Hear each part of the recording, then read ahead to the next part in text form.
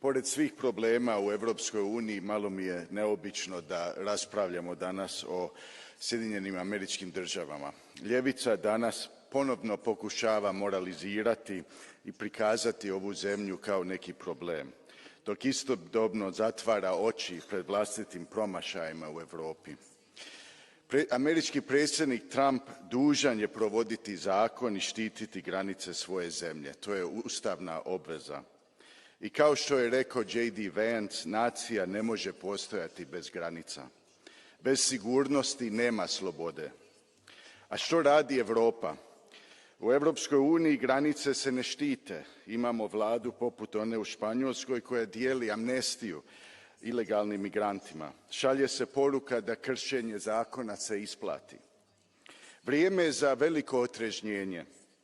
Ako tražimo vladavinu prava u Americi, onda je moramo imati i u Europi.